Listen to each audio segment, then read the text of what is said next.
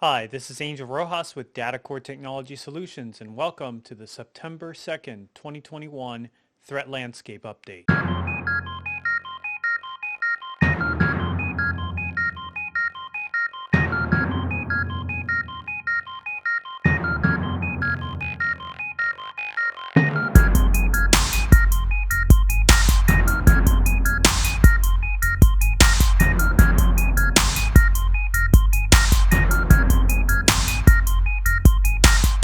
So we're doing this on video this week, and I wanted to try a little bit of something different, just to break it up a bit. Rather than make you have to read a long email, I figured I'd do a short video and sum it up for you and make it nice and easy to digest. So we'll be trying this out for a few weeks, and please feel free to give me some feedback. You can always email me or call or text or however you'd like to give me that feedback. I would love to have it. I want to make these fun, relevant, quick, and easy to also share with your teams and your peers. If you know of somebody who would benefit from having this information, I would greatly appreciate it if you'd share it with them.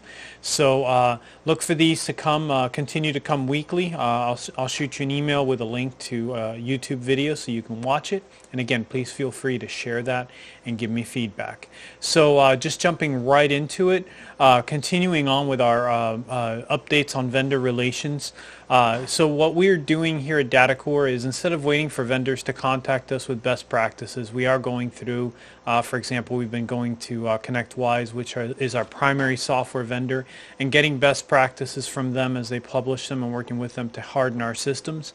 So these software packages, a lot of times, and you may have noticed it when we work with each of you on some of your software packages, there's the best practice on securing a generic piece of software, and then there are certain things you have to do to make these software packages actually work, because perhaps an update or something breaks it, and so we have to work within that. So in order to stay within specifications, we've had to work with our vendors to make sure that not only are our systems following best practices, but that the best practices don't break the software itself.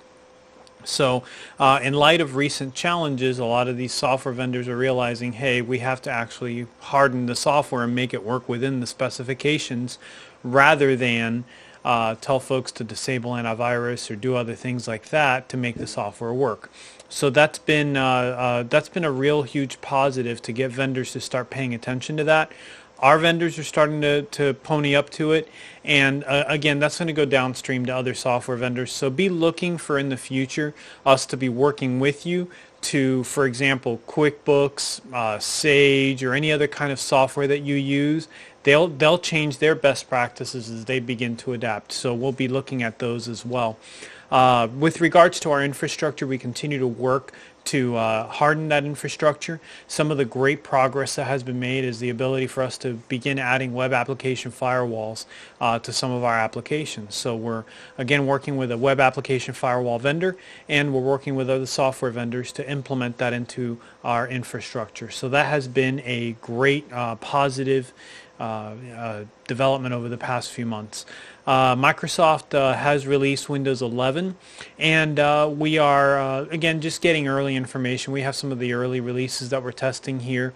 As always, when Microsoft releases a new operating system, things change, things move, things are different. So we're learning all of those nuances now, so that, you know, when you start seeing it on your systems and when it starts being rolled out on new systems, we're prepared to support you. We're prepared to help tweak it so that you know where to find things, or things are where you like them and are used to them.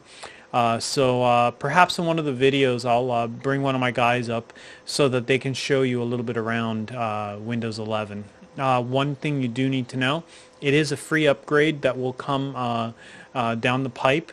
We will be delaying any of the deployments so that it gets done in an orderly fashion, and so that we can support each of you as best as possible. However, not all PCs are going to be eligible for the upgrade. There are some specific requirements, two of which are they have a processor requirement, so certain modern processors have to be present in order for the computers to accept the upgrade. And the second requirement is that Microsoft is requiring what's called a TPM, or a Trusted Protection module. And what that module does is it enables certain security features within the operating system. So they're requiring the version 2.0 of the module. So what we're doing is, ahead of time, we're compiling lists of systems that are and are not going to be eligible, so that we can give you options and prepare you to, if you want to upgrade, you can upgrade. And if you want to delay the rollout of Windows 11, that way your entire organization is consistent, so you don't have some people on Windows 10 and some people on Windows 11, we can work all of that with you. So we're going through and just compiling those lists and getting prepared for that. As far as patching, we are patching more often, and so I've stressed this before in the emails.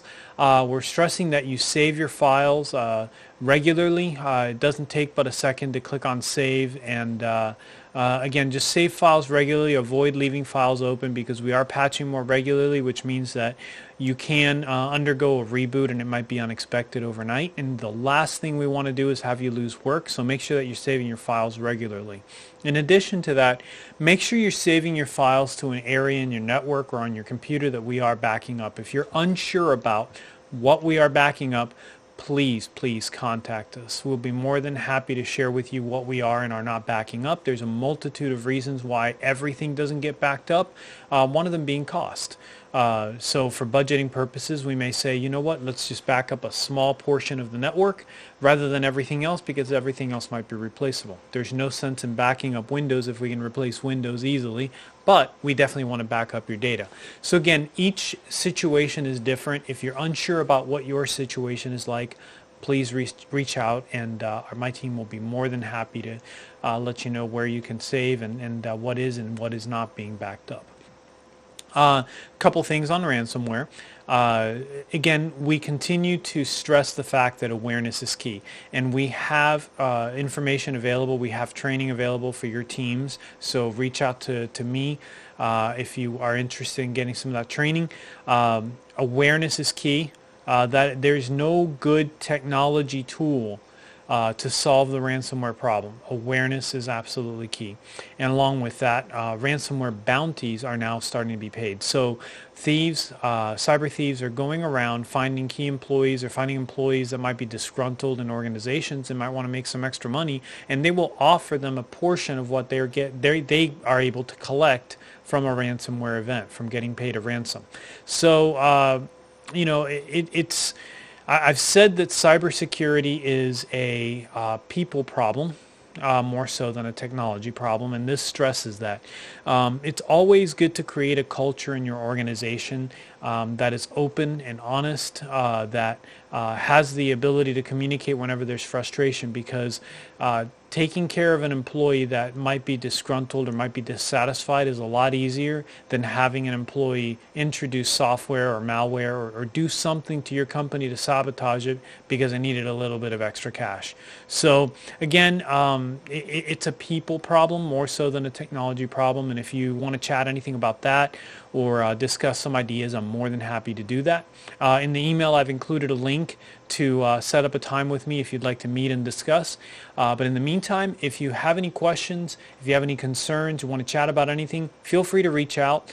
Give me some feedback on these communications, and please share them. It's a blessing to serve you and your team. And if there's anything I can do to be of service, please let me know. Thanks, and have a good one.